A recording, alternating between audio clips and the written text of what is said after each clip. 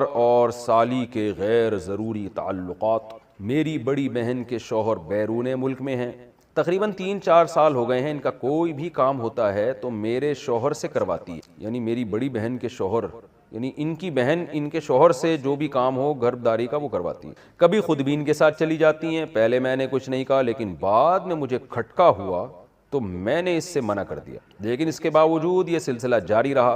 कई दफ़ा मेरी शौहर से लड़ाई भी हुई इस बारे में, मगर वो बोलते हैं कि हमारा दिल साफ़ है। अब मैं बहुत परेशान हो गई हूँ, मुझे क्या करना चाहिए? आपने गलती की है। कितना भी दिल साफ़ हो, साली नामहरम है, भाभी नामहरम है, इनके साथ बेतकल्लुफ़ होना, हा हा हु ही गप्पे लगाना, उनके साथ शॉपिंग के लिए बाजार में जाना हराम है, नाजायज़ है। इस्लाम ने पाबंदी लगाई है। इस बहस में इस्लाम आपको पढ़ने की इजाज़त ही नहीं देता कि आपकी नीयत क्या है। ये गैर मुस्लिमों के मसाइल हैं। वो लोग क्या करते हैं, एक्चुअली हमारा दिल साफ़ है और एक्चुअली कुछ नहीं होता, ये तो भाभी तो बहन की तरह होती है और साली तो आधी घरवाली होती है, वगैरह वगैरह। तो उनका कल्चर देखें आप क्या हो चुका है, बर्बाद हो चुका है। घरों में कितनी बदकारियाँ हो रही हैं। तो अल्लाह ताला ने जब कुरान में पाबंदी लगा दी कि तुम्हारी बीवी है, उसकी बहन से, वो बहन तुमसे पर्दा फ़र्ज है, तो आप क्यों उससे फ्री हो रहे हैं?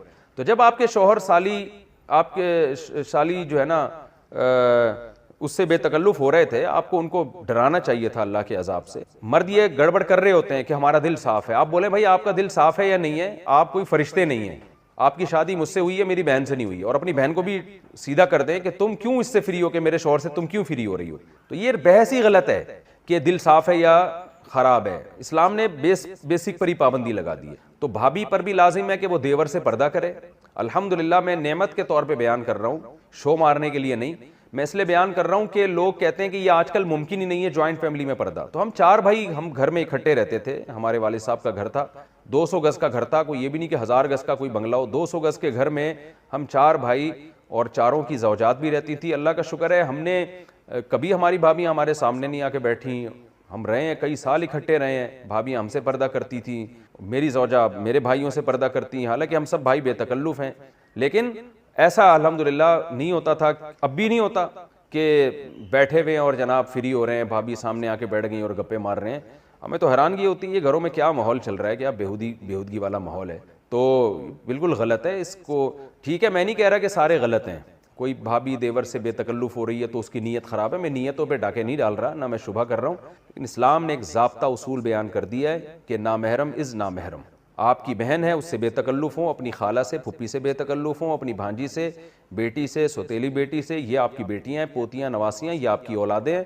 इसके अलावा आप किसी औरत से फ्री नहीं हो सकते, हा हा हु नहीं कर सकते। मुमकिन है लोग कहें मुफ्ती साहब आप भी तो समा टीवी पे फ्री हो रहे थे, वो बहुत लोगों ने इतराज़ किया ना। तो मैं जिससे जो मेरा इंटरव्यू ले रही थी ना समा टेलीविज़न पे, वो मेरे सामने नहीं थी और मुझे नहीं पता था उन्होंने दुपट्टा लिया हुआ कि नहीं लिया हुआ। मेरे सामने एक मोटी मोटी मूँछों वाला आदमी बैठा हुआ था, तो इसलिए उसको ये कहना कि सामने बैठ के किसी लड़की से फ्री हो रहा हूँ, ये इल्ज़ाम गलत है। तो बहरहाल आपको चाहिए, अब आप अपने शौहर को पाबंदी लगा दें, बोलें ये चीज़ें मैं बर्दाश्त नहीं करूँगी। आप जितने भी नेक हैं, आपको मेरी बहन से फ्री होने की इजाज़त नहीं। और अपनी बहन के भी स्क्रू थोड़े टाइट करें, आप उसकी शादी करवाएं ताकि अपने घर में जाए और ये फसाद ना बिछाए यहाँ पे।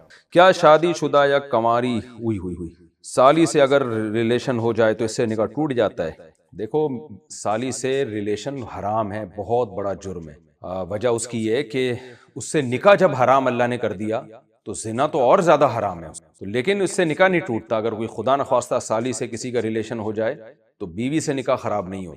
बीवी से निकाह जब खराब होता है जब बीवी की माँ से या बीवी की पहले शोहर से कोई बेटी थी, उससे अगर अल्लाह ना करे कोई रिलेशन हो जाए, या बीवी का रिलेशन हो जाए शोहर के बाप से, या शोहर का कोई पहली बीवी से बेटा है उससे, तो फिर मियाँ बीवी का रिलेशन खराब हो जाता है। लेकिन आजकल ये बेपर्दगी की वजह से ये अजाब हो रहा है। साली पर लाजिम है कि वो अपने बहनोई से पर्दा करे। वो जबरदस्त बात की उसने कहा, मुफ्ती साहब इसमें कोई ऐसी चीज नहीं है जो बंदा मार दे। अब होता ये 24-25 करोड़ पाकिस्तान की आबादी है, उनमें अगर 10 करोड़ को भी लग रहा है, उन 10 करोड़ में कम से कम 50,000 तो ऐसे थे जिन्होंने आज मरना था। क्या ख्याल है? 40-50 हजार तो ऐसे होंगे ना 10 करोड़ में जिन्होंने आज क्या था। ये 40-50 भी अगर ज्यादा है, 4-5 हजार तो ऐसे होंगे जिन्होंने आज मरना था। अब लगी तो सबको है उन 10 करोड़ में 30-40 हजार या 10 हजार या 5 हजार या 500 जिनको उस दिन अटैक होना था जिस दिन, तो अब उनकी वीडियो बना बना के लोगों ने डाल दी। वो इन वैक्सीन की वजह से नहीं मरे हैं, वो नहीं लगती तो भी मरना था उन्होंने। तो वही बात है, तहकीक जब की जाती है तो ये देखा जाता है कितनों को लगी, उसमें से कितने मरे। तो अगर इतने मरे जितने रोज मर रहे हैं, तो फिर ये भाई वैक्सीन की वजह से नहीं है, ये वैसे ही है। तो इसलिए YouTube या Facebook की तहकीकात पर अंधा एतमाद मत कर लिया करो। ये जिस डॉक्टर खुद भी तो लगा रहे हैं अपने, अगर वैक्सीन लगने से बंदे मर रहे होते तो डॉक्टर क्यों लाइन लगा के खड़े होते, सबसे पहले हमारे लगाओ। तो ये उससे भी आगे निकल रहे हैं, डॉक्टरों से भी। ये बीमारी पाकिस्तान में है, जो फंटर जितने माशाल्लाह रिसर्चर पाकिस्तान में पैदा होते हैं। यार एक बड़ी प्यारी वीडियो बयान सेट कर है, लेकिन बता दूं, कुछ लड़के वीडियो बनाते हैं, मुंह पे लाल रुमाल नहीं होता, लाल रुमाल रख के, भाई टिकटॉक पे या फेसबुक पे नहीं, शॉर्ट्स जो आ रहे होते हैं ना यूट्यूब पे, मुझे याद नहीं अभी, वो एक ही बंदा है मेरा ख्याल है, 4-5 बंदे बना हुआ होता है एक ही टाइम पे। बाज वीडियो बड़ी खानदानी बनाता है यार, ऐसा नक्शा खींचता है ना सोसाइटी। मैं नहीं देखता ज्यादा वीडियोस ये, लेकिन उनकी जहां आएगी मैं देखता हूँ। जैसे कल वीडियो बनाई, ये पाकिस्तानी कौम का हाल है, लड़कों का, लौंडे लपाड़ों का। कल मैंने एक रील चलते हुए ना नजर से गुजरी, उसमें वो एक लाल सा वो उन्होंने मास्क चढ़ाया हुआ होता है, होटल पे बैठे हुए 3 लौंडे, बातें क्या हो रही हैं यार, ऐसा है 50 लाख से ना हम बिजनेस शुरू करते हैं। दूसरा कहता है जब बिजनेस करना है ना तो करोड़ से करो, फिर मजा है बिजनेस का।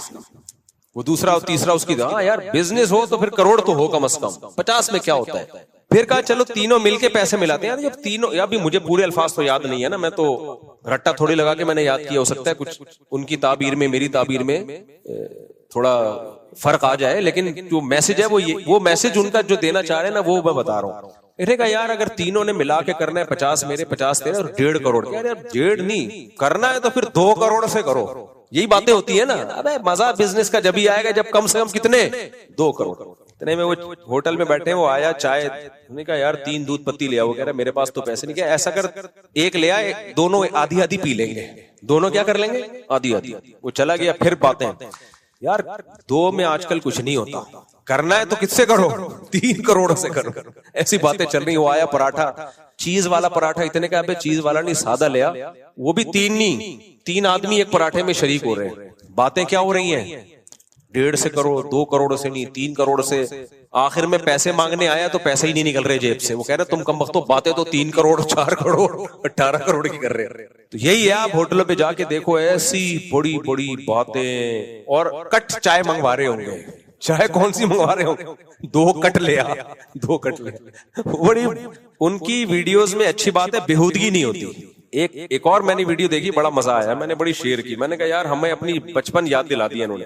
हमें याद है हमारी वालदा जब पड़ोसियों के यहाँ से आती थी ना, पड़ोसन से बड़ी दोस्ती थी, हमारे पड़ोस में रहती थी कोई खातून, तो हम अपनी अम्मी को लेने जाते थे, तो वो दरवाजे पे भी खड़े खड़े बातें, हिलती नहीं है ना पुरानी औरतें, बातें ही नहीं खत्म हो रही। भाई अम्मी अब घर चलो हम लेने आए, तो उन्होंने बिल्कुल वही नक्शा खींचा।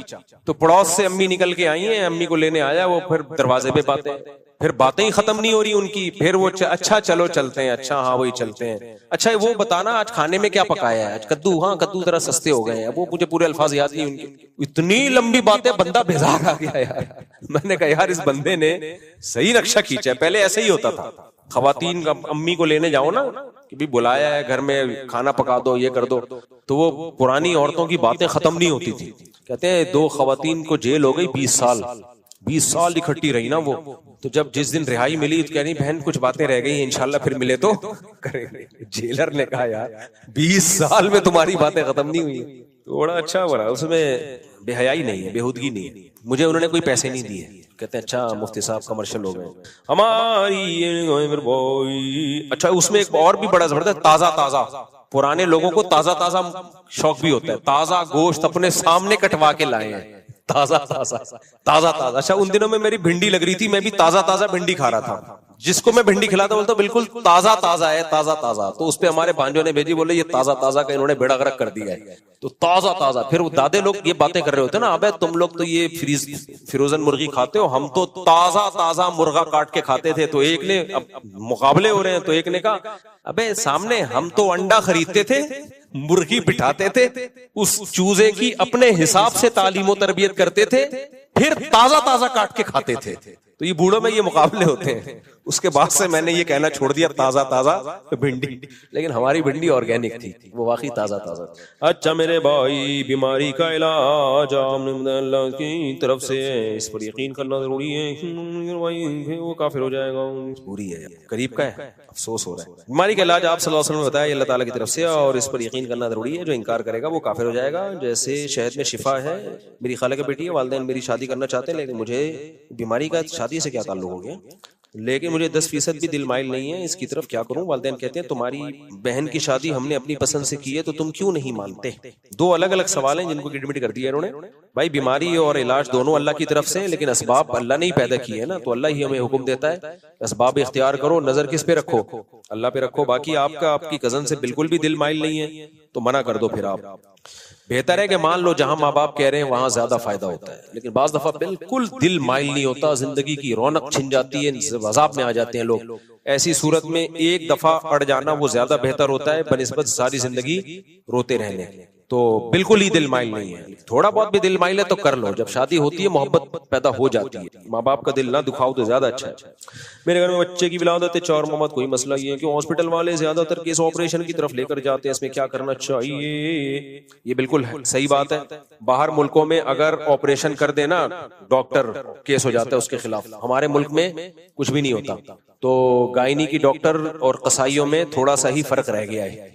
अब कुछ गायनी की डॉक्टर अच्छी हैं जो ऑपरेशन नहीं करती, वो मैं आपको नहीं बताऊंगा क्योंकि मैं फिर यहाँ कमर्शियल हो जाऊंगा और किसी का कारोबार। और फिर दूसरी बात यह कि आज वो अच्छी हैं कल खराब हो जाएं, नीयत बदलते हुए देर थोड़ी रखती है। तो इसलिए खुद तलाश करें, पता कराएं भाई ऐसे डॉक्टर्स ज्यादातर लेडी डॉक्टर कहाँ हैं जो नॉर्मल डिलीवरी के केसेस ज्यादा हैं। हमने भी ऐसे ही तहकीक की थी, तो फिर वहां चले जाएं। मेरे साथ तो ऐसा हुआ था जब अभी तो पौने 19 थे ना, अल्हम्दुलिल्लाह 19 अल्लाह का शुक्र है कंप्लीट हो गए। जब पौने 17वां की बात चल रही थी तो मैं यूरोप में था, तो लेडी डॉक्टर ने कहा था 100% ऑपरेशन है। तो हमारे घर वालों ने हिम्मत की, हमने कहा नहीं। तो एन वक्त पे मेरी सास भी थी और भी रिश्तेदार खवातीन थी, उन्होंने हॉस्पिटल चेंज किया, अल्हम्दुलिल्लाह नॉर्मल डिलीवरी हो गई। हमारे सामने तो खुद भुगते हुए हैं भाई हम, और दोस्तों के भी बहुत केस हैं। तो अब आदमी डॉक्टर से लड़ नहीं सकता उस मौके पे, क्योंकि बाज जेन्युइन केस भी होते हैं, वाकई वो ऑपरेशन की जरूरत होती है, उसमें बच्चे का मरने का खतरा होता है या माँ के मरने का, लेकिन ऐसे 1000 में एक होते हैं। तो अब आप उन 1000 में हैं या नहीं है, तो उसका तरीका ये नहीं है कि एन वक्त पे आप डॉक्टर से लड़ें, बल्कि शुरू में ही ऐसी लेडी डॉक्टर का इंतखाब करें जिसके बारे में आपको पता हो कि इनके यहाँ 99% केस नॉर्मल होते हैं। तो ऐसी क्लिनिक यहाँ भी है, गुलशन इकबाल में क्लिनिक है, इधर भी है, यहाँ पे डिस्को मोड़ से आगे एक हॉस्पिटल है उधर भी है। तो इस तरह की कोई डॉक्टर देख लें, आप खुद ही तलाश करें, तो उम्मीद है कि इंशाल्लाह नॉर्मल। ऑपरेशन से बच्चे के नुकसानात बहुत हैं। अभी कल भी एक लेडी डॉक्टर का बड़ा अच्छा एक बयान आया है, उसकी एक पॉडकास्ट है, उसमें उसने कहा है जो बच्चा नॉर्मल डिलीवरी से होता है वो स्ट्रेस बर्दाश्त करता है, उसके लंग्स मजबूत होते हैं, और जो ऑपरेशन से होता है उस बच्चे के लंग्स कमजोर होने का खतरा होता है। नेचुरल ही है भाई, नेचुरल का कोई ऑल्टरनेट दुनिया में नहीं है। और बाहर मुल्कों में नेचुरल है, वहां औरत कह रही होती है ऑपरेट करो, डॉक्टर कह रहे होते नहीं, उनको पता है हम पे केस हो जाएगा। यहाँ तो पूछने वाले ही कोई नहीं है। ऐसे ऐसे में आ रहे हैं ऑपरेशन में गुर्दा ही पी गए एक समझ रहे हो, तजर्बा की आंख पे आंख जाया कर दी। ऐसे डॉक्टर्स भी है माशाल्लाह। मौलाना तारिक जमील साहब को बयान करने से रोक दिया गया और फिर वो पिंडाल में ना पहुंच सके, इसलिए रुकावटें भी खड़ी की गई हैं। ऐसा क्यों कर रहे हैं काबिर तबलीग? मोइन अख्तर से किसी ने पूछा कि आपके मामू क्या करते हैं, उसने कहा मामू की बातें मामू से पूछो। मैंने अपने घर आने से रोक दिया होता, हजरत को आप पूछते, इतने बड़े बुजुर्ग को आपने क्यों निकाला? तो तबलीग के अपने उसूल और आदाब हैं। बेहतर पता है क्या है कि लफड़े में पड़ो ही नहीं, हमसे क़यामत के दिन इस बारे में सवाल नहीं होगा। हमारे लिए दोनों काबिल एहतराम है बस। बाकी जहां इज्तिमाई नज़म होता है वहां बहुत सारी चीजों को लेके चलना पड़ता है। तबलीग वालों का एक नज़म है, एक सिस्टम है, उन लोगों का एक पूरा एक निज़ाम है, वो थोड़ी उस निज़ाम को आगे पीछे होने देते हैं। जो उसूली तौर पर एक बात है जो बिल्कुल बदीही तौर पर गलत मालूम होती है, देखो जहां भी इंसान होते हैं आपस में इख्तलाफ होते हैं, लेकिन मीडिया की जीनत नहीं बनना चाहिए, वो मीडिया की जीनत नहीं बनना चाहिए। जो भी रोटी खाएगा गोश्त खाएगा, कुछ ना कुछ अल्लाह ने सहाबा में इख्तलाफ क्यों करवाया? हालांकि वो तो रुहमा बैनहुम है ना, ताकि उम्मत के पास ये भी एक रहे भाई ये भी हो सकता है। तो अहले सुन्नत वल जमात ने क्या किया जब सहाबा में इख्तलाफ हुआ, भाई दोनों ठीक है, कुछ गलत फहमियां थी, हो गया इख्तलाफ, तभी हम हजरत अली को भी जन्नती और सैयदना मुआविया को भी, सैयदना अली को भी जन्नती, सैयदना मुआविया को भी जन्नती।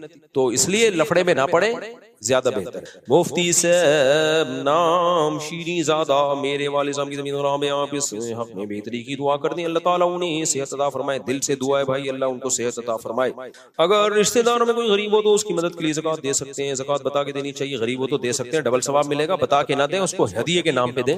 दिल में ज़कात की नियत करें, ज़बान से कहें गिफ्ट है। अपने हक के लिए लड़ना चाहिए या नहीं, शरीयत क्या हुक्म देती है? दोनों तरह की हदीसें हैं। कुछ हदीसों से हमें यह पता चलता है कि अपने हक के लिए लड़ना चाहिए। जैसे हदीस में आता है, मन कुतिला दून माल ही फहुवा शहीद। साहबी ने पूछा, या रसूलल्लाह मेरा माल छीनने कोई आए तो मैं क्या करूं? आपने फरमाया लड़ो। फरमाया वो भी लड़ रहा है, फरमाया तुम भी लड़ो। फरमाया वो कत्ल की कोशिश करता है, फरमाया तुम कत्ल कर दो उसको। जान बचाने के लिए कत्ल कर रहे हैं ना, तो आपने फरमाया तुम कत्ल कर दोगे वो जहन्नम में जाएगा, उसने पहल करके तुम्हें मार दिया, तुम शहीद हो जन्नत में जाओगे। यहाँ क्या तरगीब है? बोलो, हक के लिए लड़ने की। दूसरी तरफ हदीस में आता है, जो हक पर होने के बावजूद अपना हक छोड़ दे, झगड़ा ना करे, अपने हक से दस्तबरदार हो जाए, मैं उसके लिए जन्नत में जमानत लेता हूँ, जन्नत के बीच में घर की जमानत लेता हूँ। अब भाई एक हदीस में आ रहा है अपना हक हर कीमत पे लो, दूसरी में आ रहा है छोड़ दो, तो दोनों का मतलब अलग अलग है। जहां हक ना लेने में फसाद का खतरा हो, अगर लोग डाकुओं को, चोरों को पैसे देते रहें, सजाएं ना दें, तो चोर और चोरी और डकैती बढ़ेगी। तभी हम कहते हैं डाकू जब कोई स्नैचिंग, मोबाइल स्नैचिंग कर रहे हो तो पकड़ के माफ ना करो उसको। माफ कर दिया, वो कल दूसरे बंदे को मारेगा। बहनें अगर अपना हक छोड़ना शुरू कर दें, भाइयों से विरासत ना लें, तो ये जुल्म और ज्यादा बढ़ेगा। तो हम बहनों को कहते हैं लो विरासत, ताकि विरासत बहनों को देने का रिवाज सोसाइटी में बढ़े।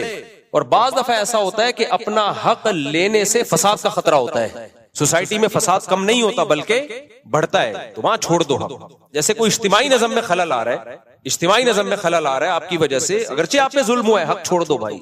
क्योंकि अगर उस जुल्म के मुकाबले में आप खड़े हुए तो वो और ज्यादा बढ़ेगा। जैसे नबी सल्लल्लाहु अलैहि वसल्लम ने फरमाया, जालिम हाकिम, इज्तिमाई नज़म है ना, हुकूमत का एक नज़म है, सही हदीस है ये, सही मुस्लिम की हदीस का मफहूम अपने अल्फाज में बयान कर रहा हूं मैं, कि एक जालिम हाकिम है, हुकूमत है, स्टेट है, अब उसकी इताअत करनी है। बाज दफा क्या होता है, वो आप पे जुल्म कर रहा होता है। अब आपने फौज लेके उसके ऊपर चढ़ाई कर दी, कत्लो गारत का ऐसा बाजार गर्म होगा कि मुल्क दो टुकड़ों में, और हुकूमत भी वैसी की तैसी हो जाएगी जो होती रही है माजी में। भाई इज्तिमाई नज़म में फसाद होगा सोसाइटी में, इससे बेहतर है, नबी ने सही हदीस है, अपने अल्फाज नहीं है, लिहाजा जो भी एतराज करना है फिर सोच समझ के करना। तो साहबी ने पूछा, या रसूलल्लाह जालिम हुक्मरान हम पे मुसल्लत हो तो हम क्या करें? आपने फरमाया इताअत करो, यानी जायज चीजों में, नाजायज में नहीं, इताअत करो। या रसूलल्लाह अगर वो हम पे जुल्म करे, फरमाया व इन ज़रबू ज़हरक, तुम्हारी पुश्त पे कोड़े भी मारे तो तुमने सबर के अलावा कुछ भी नहीं। हक बात कहनी जरूर है, तो या रसूलल्लाह वो फासिक फाजिर हो, फरमाया उसको अल्लाह पे छोड़ दो, उससे अल्लाह इंतकाम लेगा। उससे कौन इंतकाम लेगा? अल्लाह। वजह क्या है? इज्तिमाई नज़म है भाई, उसमें अगर आपने ये काम शुरू कर दिया तो सारा सिस्टम ही खराब हो जाएगा। वहां अपने हक को छोड़ के अल्लाह से हक मांगो। आप तबलीग जमात में निकले हुए हो, आपका हक है कि अमीर साहब 2 दिन हो गए कद्दू खिलाते हुए, आज गोश्त खिला दो, हम इतने गरीब लोगों की जमात नहीं है, आज गोश्त खिला दो। हक बनता है कि नहीं बनता? आज हमें निहारी खिला दो, अमीर का ऑर्डर नहीं, कद्दू ही खाना है आपने।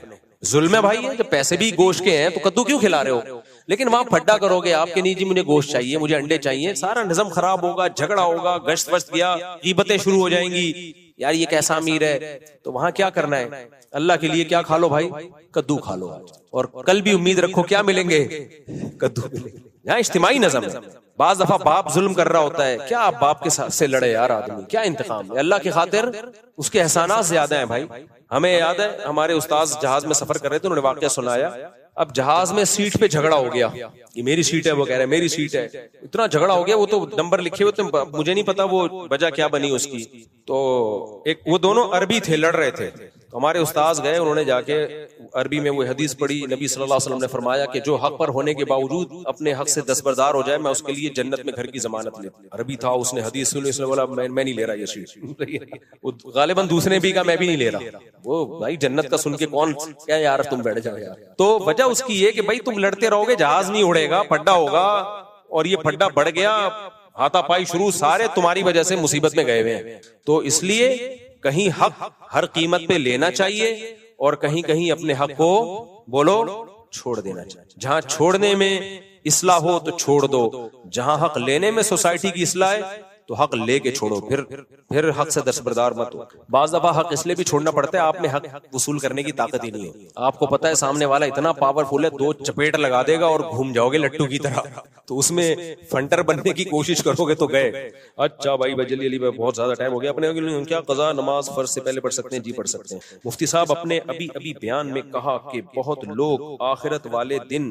अच्छा, एक सवाल मुझसे हज से पहले जब सफर में इतवार के बयान में पूछा गया था कि आप यूनिवर्सिटी में लड़कियों में बयान करते हैं, लड़कों में बयान करते हैं, ये इस तरह बैठी होती है, उसका तो मैंने पूरा जवाब दे दिया था, लेकिन एक चीज का मैंने जवाब नहीं दिया, वो भी सवाल था, मुझे बाद में लड़कों ने बताया, जो असल एतराज था उसका जवाब नहीं दिया, कि आपके चैनल पर वो उसी तरह बेपर्दा लड़कियों की वीडियो चली जाती हैं, ये भी सवाल का हिस्सा था। तो वो फिर मैंने जाके तहकीक की, वाकई ऐसे है, तो वो मैंने जो एडिटर है उनको उनकी खिंचाई की है।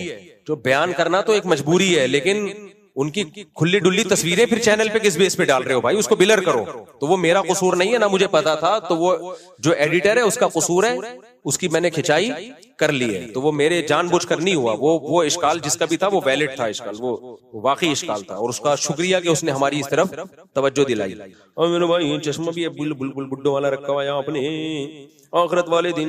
मुफ्ती साहब आपने अभी बयान में कहा कि बहुत लोग आखिरत वाले दिन मेहनत करके आएंगे और नाकाम होंगे, तो इसका मतलब क्या मेहनत नहीं करनी चाहिए, और कामयाब होने जन्नत में जाने के लिए क्या मेहनत नहीं करनी चाहिए? मैंने ये थोड़ी कहा मेहनत नहीं करनी चाहिए, कुरान कह रहा है बहुत से लोग जन्नत की मेहनत कर रहे हैं लेकिन उनकी कोशिशें जाया हो रही हैं, क्योंकि वो मेहनत अल्लाह रसूल की बताई भी नहीं है, बिदअतों में लगे हुए हैं। ये मतलब नहीं है कि मेहनत नहीं करोगे तो जन्नत में चले जाओगे, मेहनत करो, लेकिन मेहनत का जाविया सही होना चाहिए। कुरान, अब देखो, एक आदमी रोजे रखता है, मगरिब से पहले नियत करता है रोजे की, और अगले दिन 12 बजे इफ्तार करता है, और एक सुबह सादिक के वक्त नियत करता है और इफ्तार में इफ्तार करता है। मेहनत दूसरे वाले की ज्यादा है या पहले वाले की?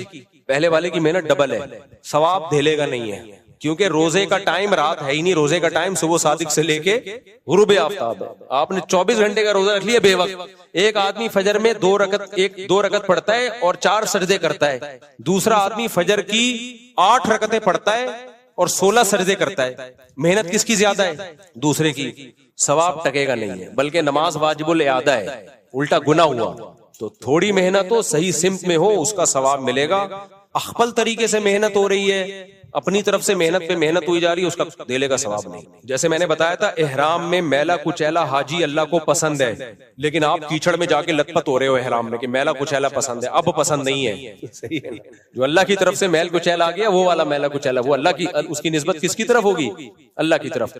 मुसीबतों पे सब्र करना फर्ज है, लेकिन आपने अपने आप को मुसीबत में डाला, रात को लॉकर खुला छोड़ दिया, डाकुओं को पासवर्ड बता दिया कि चोरी होंगे मैं सब्र करूंगा, अब सवाब नहीं है। शुद्ध इक़ालहु व तवक्कल अलल्लाह, नबी ने फरमाया ऊंट को पहले रस्सी से बांधो, निगरानी करो, फिर चोरी हो गया तो फिर सवाब मिलेगा। ऊंट ही रस्सी से नहीं बंधा हुआ था, फिर चोरी हुआ थोड़ी, फिर तो आपकी हमाकत का आपको गुना मिलेगा। मैं चाहता हूँ जल्दी मुख्तसर जवाब दूं, लेकिन फिर लंबा बहुत जल्दी मेरे दोस्त क्या, मैं दूसरे शहर से सामान मंगाया, फिर जल्दी में से पढ़ना पड़ता है, क्या करें, इसमें अपना कमीशन भी रखा, लेकिन असल रकम दोस्त को नहीं बताइए, सामान अपने पास रखकर पहुंचाएं, इससे वहां से एडवांस भी लेकर, और सामान ना मिले तो मेरा नुकसान कम हो। जब सामान इससे पहुंच गया तो इसने पूरी रकम मुझे दे दी, मुझे कमीशन छूट तो नहीं है। सामान अपने पास रखकर फिर इस तक पहुंचाया, इससे 500 रुपए एडवांस भी लिया, अगर वो सामान ना ले तो मेरा नुकसान कम हो। नहीं भाई, ये तरीका जायज नहीं है। दोस्त ने जब अपने लिए कोई सामान आपसे मंगवाया तो आप उसके वकील हैं, वकील बगैर बताए कोई मुआवजा नहीं ले सकता। जब भी आप किसी से मुआवजा लेंगे तो एग्रीमेंट होगा उसका, वो मुआवजा भी तय होगा। ऐसा ही है, जैसे मैं जा रहा हूं बाइक पे, आपने मुझसे लिफ्ट मांगी, मुफ्ती साहब मुझे भी अंडा मोड़ उतार दे, मैं गया, मैंने कहा निकाल 50 रुपए, आप कहेंगे किस बात के? मैं कहूं भाई मैंने आपको सवारी दी है, तो आप कहोगे भाई इसके लिए पहले से एग्रीमेंट होता है और पैसे तय होते हैं, तो इसलिए आपसे किसी दोस्त ने कुछ मंगवाया तो आप उस पर कोई कमीशन नहीं ले सकते। हाँ, जिसका सामान इसको दे रहे उससे कमीशन तय कर सकते हो कि भाई मैं तेरा सामान बिकवा रहा हूँ। 2 पार्टियां होती है ना, एक बेचने वाली, एक खरीदने वाली। जिससे खरीद रहे उससे पहले से आप एग्रीमेंट कर लो, भाई मैं तेरा सामान बिकवाऊंगा, उसका इतना कमीशन होगा मेरा।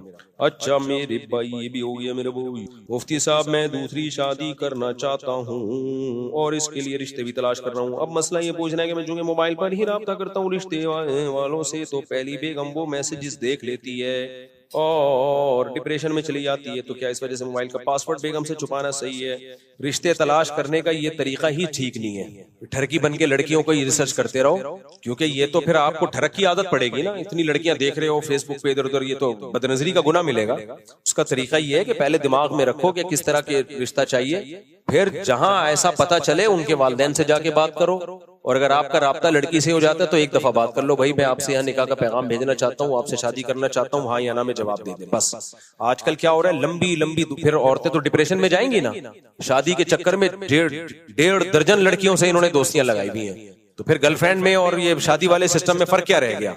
ये ठीक नहीं है। बाकी पासवर्ड तो वो तो वैसे ही है, अपना पासवर्ड किसी को नहीं बताना चाहिए। किसी दिन पकड़े गए ना, बहुत बुरे फंसोगे। शरीफ आदमी तो नहीं फंसता, लेकिन आजकल शराफत मार्केट में बहुत कम चल रही है।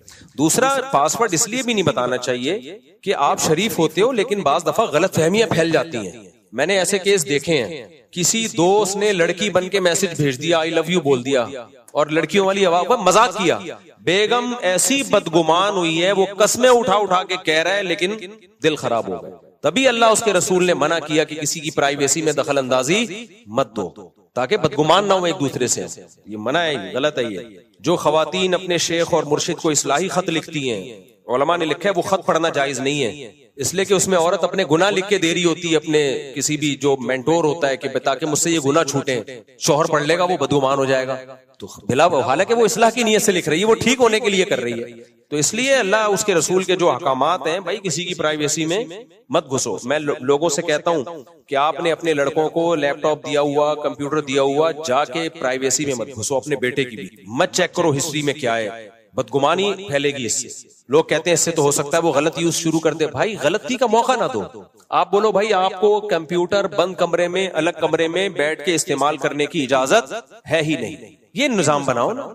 क्यों धाड़ धाड़ करके दरवाजे तोड़ तोड़ के घुसते हो? बेटे की दिल में क्या अजमत, बाप बेटे की नजर मिलाने के काबिल नहीं रहते। इंसान गुनाह से तौबा करके अल्लाह को राजी कर लेता है। मखलूक जब बदगुमान होती है वो कभी भी खुश नहीं होती, वो हमेशा कहेगी यार ये गंदा आदमी है। कितने बड़े से बड़ा गुनाह हो जाए ना, गिड़गिड़ा के तौबा करो, अल्लाह सब मिटा देगा।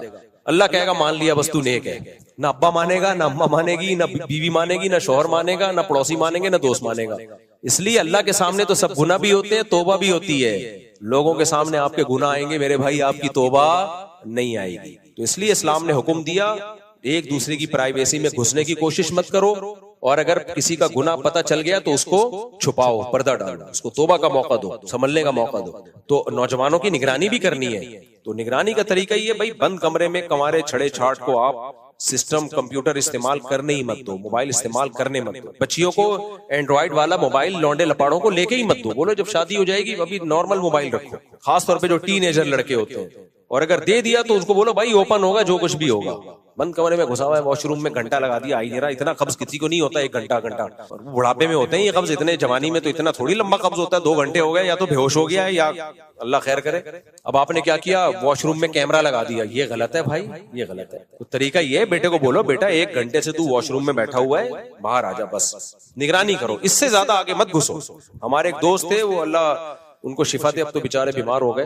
वो कहते हैं मेरा बेटा वॉशरूम में जाके नहा रहा होता है, 1 घंटा लगा, अगर थोड़ी देर हो जाए ना मैं दरवाजा नॉक करता हूँ, जल्दी बाहर आओ। इससे ज्यादा नहीं, इससे ज्यादा आपको आगे जाने की इजाजत बोलो औलाद के मामले में भी नहीं। खुफिया कैमरे लगा रहे हैं, चेक कर रहे हैं क्या हो रहा है, ये गलत है। खुफिया कैमरे ओपन एरिया में लगाओ, गली मोहल्ले में, घरों के अंदर मत लगाओ खुफिया कैमरे, बहुत गलत हरकत है।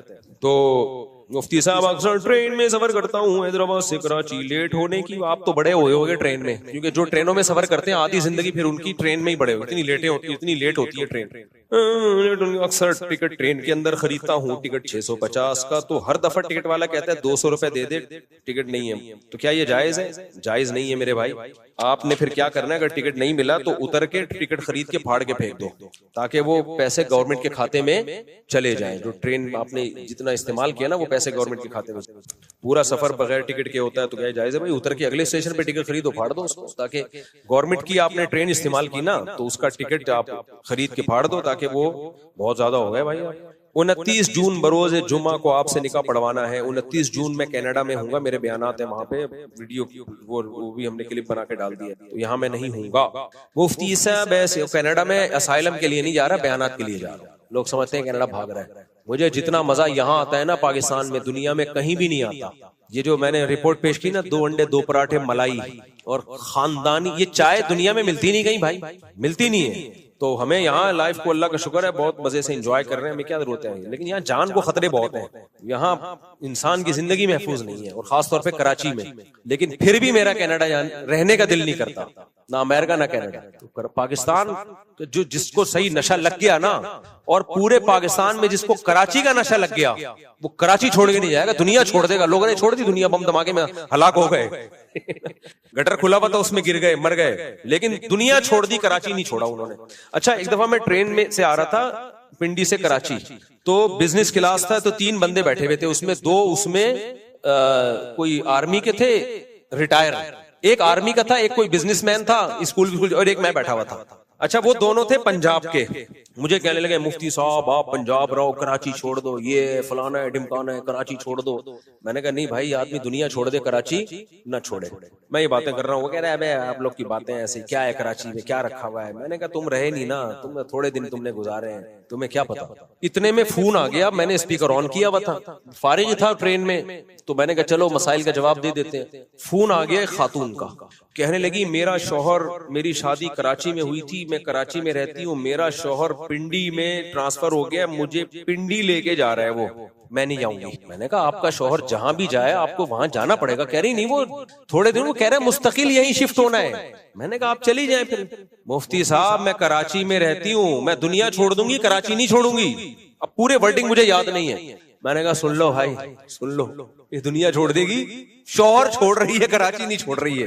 खैर उसको तो हमने ये समझा भाई कराची से ज्यादा इंपॉर्टेंट आपका शौहर है, क्योंकि वो यहाँ धमाके शमाके में वैसे भी बेवा ही होना है। नेचुरल यहाँ मौतें बहुत कम हो रही हैं, डाकुओं के हाथों मरोगे या गटर खुला हुआ होगा या कुछ और, अल्लाह बचाए हम सबको जिंदगी दे। तो कराची भाई कराची है यार, हमें बड़ा पसंद है। कोई मजबूरी से कहीं चले गए अलग बात है, लेकिन नहीं छोड़ा जाता। बनाई गई हो, जो जगह कब्जा करके बनाई गई हो उसमें नमाज पढ़ना जायज नहीं है, नाजायज है, नमाज वाजिबुल इयादा होगी। मुफ्ती साहब इस्लाम इस मुसलमान को कत्ल करने का हुक्म दे, दूसरे मजहब में शामिल हो जाते हैं दीन है। ये भाई इसमें मैं डिटेल में बयान करूंगा, ये आम आदमी को इसकी इजाजत नहीं है। गुजारिश अर्ज है कि अकीका के अभी मुख्तसर जवाब दे रहा हूं ना, ये पूरा तफसीली जवाब देना पड़ेगा इसका। अकीके के गोश्त की तकसीम का बता दें, गरीबों मिस्कीनों, अकीके का गोश्त सारा खुद भी खा सकते हैं, 1/3 बेहतर है, गरीबों में सदका कर दें। पेशाब के कतरे आते हैं तो उसका जवाब है कि आप जो वो है यूट्यूब पे मेरा एक क्लिप मौजूद है जो पेशाब के कतरों का मरीज, और ये सर्च करें मेरे नाम के साथ ना, तो उस मरीज के मैंने अहकाम बयान किए, वो मिल जाएगा। मुसाब क्या जन्नत में सबको 72 हूरें मिलेंगी? ऐसा नहीं है भाई, ये शहीद के बारे में आता है, ये हर आदमी को 72 लेके घूम रहा है। तो जन्नत में हूर मिलेगी। अब किसी को 1 मिल जाएगी, किसी को 2 मिल जाएंगी, किसी को जिनको 4 का शौक है उनको 4 मिल जाएंगी कम से कम। तो ये आमाल की बेस पर है। शहीदों के बारे में आता है कि उनको 70 हूरें मिलेंगी, तो हर एक के लिए नहीं है ये। अच्छा भाई, कॉटन के मोजों पर मसा करके नमाज पढ़ना कैसा है? कॉटन के कुछ मोजे ऐसे हैं जिन पे मसा जायज है, उनमें कुछ शर्तें हैं, इतने मील चल सकता हो, पानी सरा इतना करता हो। तो आजकल कंपनियों ने कुछ ऐसे मोजे निकाले हैं, वो फतवा भी उनके बारे में लिया हुआ है, तो वो उनके पास फतवा मौजूद होता है अपने मोजों के बारे में, तो वो मोजे पहन सकते हैं। लेकिन आम जो सॉक्स हैं इन पे मसा जायज नहीं है। हमारे कारी साहब हमें आंखों पे पट्टी बांधकर कमीज उतार कर गैस के पाइप से मारते थे, अल्लाह हिदायत दे यार। अब मैं सोचता हूँ तो गुस्सा बहुत आता है, क्या इनके खिलाफ जाती कार्रवाई कर सकता हूँ? अपने कारी साहब के खिलाफ फिलहाल तो कार्रवाई ना करें, लेकिन ये तहकीक करें अभी भी अगर वो ये काम कर रहे हैं दूसरे बच्चों के साथ, तो फिर उन बच्चों के माँ बाप को बताएं कि इनको समझाएं, नहीं समझाते FIR कटाएं, वीडियो बना के थाने में जाके FIR कटाएं। इस्लाम में बड़ों से ज्यादा हुकूक किसके हैं? बच्चों के। बच्चे को सदका करने की इजाजत नहीं है, आप अंदाजा लगा लो, क्योंकि उसका माल जाती माल है, आप उससे सदका नहीं करवा सकते क्योंकि उसका पैसा जाया हो रहा है। शरीयत कहती है बालिग होगा, अकल होगी, फिर मानेंगे, अभी इसी के लिए रखे जाएंगे पैसे। तो मारने की कहां से इजाजत हो गई मेरे भाई? और दरिंदों की तरह बास कारी लोग कूटते हैं। तो इसलिए मुझसे लोग पूछते हैं कि कारी बच्चों को मार सकता है? मैं जवाब में कहता हूं इस जमाने में मारना तो दूर की बात, किसी कारी को, उस्ताज को, छोटे बच्चे की बात कर रहा हूं, मारना दूर की बात, हाथ लगाने की इजाजत नहीं है। हाथ लगाने सिर्फ सर पे प्यार करे बस, सर पे हाथ रखे बस, बॉडी को भी टच करने की इजाजत नहीं है। ये फसाद का दौर है। तो किसी भी मस्जिद में, मदरसे में, स्कूल में, कहीं भी ऐसा हो रहा है कि कारी साहब बच्चे को थप्पड़ मार रहा है, माँ बाप बोले भाई आपको हमने परमिशन नहीं दी हाथ लगाने की। इस जमाने में ठीक है वो अब फतवा लाएंगे, जायज है ना, वो मैं उन फतवों में नहीं पढ़ रहा, मैं बात कर रहा हूं किसकी, इस जमाने की। कतान इजाजत नहीं है, क्योंकि इसकी कोई लिमिट नहीं है। आपने एक थप्पड़ की इजाजत दे दी, वो 2 4 10 कूटता है, वो अपनी ठरक निकाल, हाथ पांव टूटते हुए देखे मैंने कारियों के हाथों, बच्चों के। एक बच्चे से मैं मिला, सुनता ही नहीं है, बड़ा हो गया अब तो, शादी हो गई, उसके बच्चे हो गए, सुनता ही नहीं है। मैंने कहा क्या हुआ, तुम समाज क्यों कमजोर है? कह रहे कारी ने एक थप्पड़ मारा था, इतनी जोर से कानों की समाज चली गई। तो इसलिए सारे कारी ऐसे नहीं होते, हमने भी कारियों से पढ़ा है, अल्लाह का शुक्र है कभी नहीं थप्पड़ मारा। मैंने जिस मदरसे में पढ़ा है कभी नहीं मार पड़ी, सिर्फ एक दफा पड़ी थी। मुझे 8 साल में एक थप्पड़ पड़ा था, वो तो इतना तो हक बनता है, वो तो 2 4 पढ़ते तो हम, और हमें तो खुशी होती थी हमारे उस्ताद मारे, क्योंकि हमारे उस्ताद इतने नरम दिल हमें मिले, इतने प्यारे प्यारे स्वीट से उस्ताद थे कि वो तो हमें मारते तो हमें खुशी होती यार, कभी इससे तो फायदा भी तो होता है ना। लेकिन ऐसे उस्ताद मार्केट में भी तो शॉर्ट चल रहे हैं। तो मुझे एक थप्पड़ पड़ा है, तलब इल्म मदरसे की बात कर रहा हूँ, वो उस्ताद भी पठान, हर साल मैंने उसे उन पठान टीचर जो बड़े सख्त थे, पूरे दौरे हदीस तक उन्होंने एक थप्पड़ मारा, वो भी गर्दन पे। वो भी कैसे मारा, दौरे हदीस का पर्चा, दौरे हदीस नहीं, उससे पहले जो मौकूफ नला होता है, मैं कैसे तैयारी कर रहा हूँ, रात को हाशिए देख रहा हूँ, सुबह पेपर है, एकदम एक गैबी आवाज आई ना, तो मुझे लगा कि पहले मैं समझा कोई फरिश्तों की आवाज है कहीं से, फिर मुझे लगा कि कुछ महसूस सा हुआ यहाँ पे, क्योंकि तकलीफ बाद में होती है, सुनता पहले। इस तकलीफ की स्पीड से आवाज की स्पीड तेज है, तो मुझे ये भी अंदाजा हो गया उस दिन की तकलीफ की महसूस करने की स्पीड से जो आवाज की स्पीड है। देखो साइंसदान इसी तरह तो फॉर्मूले निकालते हैं। तो मैंने देखा ये हुआ क्या है, तो मेरे उस्ताद खड़े हुए थे, उन्होंने गर्दन पे रख के लगाया, उन्होंने कहा पूरे साल तमीज से मेहनत करते ना तो इस वक्त हाथ पांव फूले भी नहीं। उनको देखकर इम्तिहान में तो हाथ तो हमें जरा भी दिल में हमें तो खुशी होती थी यार, हम तो वैसे कहां से बख्शे जाएंगे भाई, थोड़ा सा उस्तादों से पिट जाए तो शायद अल्लाह बख्शिश कर दे, तो हमें तो खुशी हुई, बस वो एक लगा। और एक सजा मुझे मिली है दौरे हदीस में। दौरे हदीस में आदमी पूरा मौलाना बन चुका होता है। वो हो ये रहा था कि हम रात को मुताला करते थे, सुबह कोई तालिब इल्म किताब उठा के कहीं और रख देता था, वो सफाई वाला, वो किताब ही नहीं मिलती थी। 2 4 दफा ऐसा हुआ सबक में बैठे में किताब ही नहीं है, वो किताब सफाई वाला पता नहीं कहाँ रख देता था। तो हम 4 तालिब इल्म थे दौरे हदीस में, चारों के पास किताब नहीं। तो हमारे उस्ताद ने 2 दिन 3 दिन तंबी की, उसके बाद हम चारों को मुर्गा बना दिया। अच्छे बड़े बड़े मुर्गे थे, हम चारों बने मुर्गा, बस थोड़ी देर बनाए रखा, फिर डांटा, बोला इंसान के बच्चे बनो, किताब तो फिर हम किताब लाके बैठते थे बस। और एक और याद आ गई मुझे एक सजा, वो सजा ये थी कि मुझे रोजाना मेरा वॉशरूम का टाइम उस वक्त था जब क्लास शुरू होती थी। एक दिन 2 दिन हो गए, उस्ताद ने देखा रोज लेट आ रहा है, मेरा टाइमिंग सेटिंग ही ऐसी हो गई, तो मुझे उस्ताद ने थोड़ी देर खड़ा रखा कि आपको अब आने की चंदा जरूरत नहीं है। वो भी पठान उस्ताद थे, बस इतना। फिर भी हम टूटा फूटा पढ़ ही लिए ना यार, हमें जंगलियों की तरह कूटना पीटना मारना, इससे बच्चे के अखलाक खराब होते हैं। और एक और वाकया मैं बार बार सुनाता हूँ, ये पास टीचर और उस्ताद कहते हैं कि बच्चे मार के बगैर पढ़ते नहीं हैं, ये भी 100% गलत है। एक मदरसे में मैंने चंद दिनों के लिए पढ़ाया, बल्कि चंद दिन ही 6-7 महीने के लिए पढ़ाया। मेरे पास 50 बच्चे थे, छोटे छोटे पिद्दे इतने से, यानी एक क्लास के 2 हिस्से थे, सेक्शन ए सेक्शन बी होता है ना, तो 50 बच्चे मेरे पास, 50 बच्चे उसी क्लास के सामने टीचर के पास, और किताबें दोनों की सेम। मैंने 6-7 महीने में ना किसी को थप्पड़ मारा होगा, ना किसी को डांटा होगा, मजे से गपशप लगा के लतीफे सुना के उनको मैंने पढ़ा दिया। सामने टीचर, रोजाना बच्चे पिट भी रहे हैं, कोई मुर्गा बना हुआ है, कोई एक टांग पे, कोई हेलीकॉप्टर, कोई बगैर कुर्सी के बैठा हुआ है, समझ में। और मेरे बच्चों का रिजल्ट भी वही जो उनके बच्चों का रिजल्ट।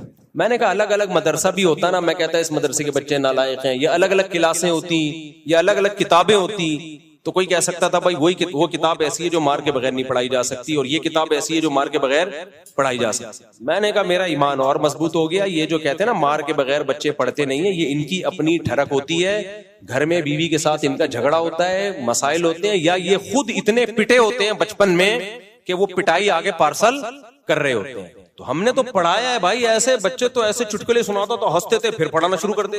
बच्चों को बच्चों के स्टाइल में पढ़ाना पड़ता है। मैं तरन्नुम से पढ़ाता था बच्चों को, तरन्नुम से, ऐसी सुर लगा के, लय लगा के, बच्चे भी वही लय में याद करते थे। तो आपके अपनी बदअखलाकी होती है, आपकी अपनी ठरक होती है, आप समझते हो कि बच्चे मार के बगैर पढ़ेंगे नहीं। बच्चे पे हाथ उठाया अगर आपने, बच्चा माफ भी करेगा तो वो माफ, देखो बड़े को आपने थप्पड़ मार दिया ना, आपने सॉरी की, उसने कहा मैंने माफ किया, अल्लाह क्या कर देगा? माफ। लेकिन आपने बच्चे को मारा ना, बच्चा 100 दफा क्या मैंने माफ किया, अल्लाह कहता है बच्चे की माफी का शरीयत में एतबार नहीं है ही नहीं एतबार। इसलिए बच्चे के हुकूक बहुत ज्यादा हैं भाई। बच्चे पे सिर्फ माँ बाप हाथ उठा सकते हैं, और माँ बाप की परमिशन से जो उनके करीबी रिश्तेदार होते हैं, जो खानदान के बड़े होते हैं, बाकी कोई भी बच्चे पे हाथ नहीं उठा सकता। मुफ्ती से पहले हो गया, मेरे आंखों पे पट्टी बांध के मारते थे, फिर कमीज उतार के मारते थे। माशाअल्लाह। कारी साहब को जिम्नास्टिक में ले जाएं आप, रेसलिंग में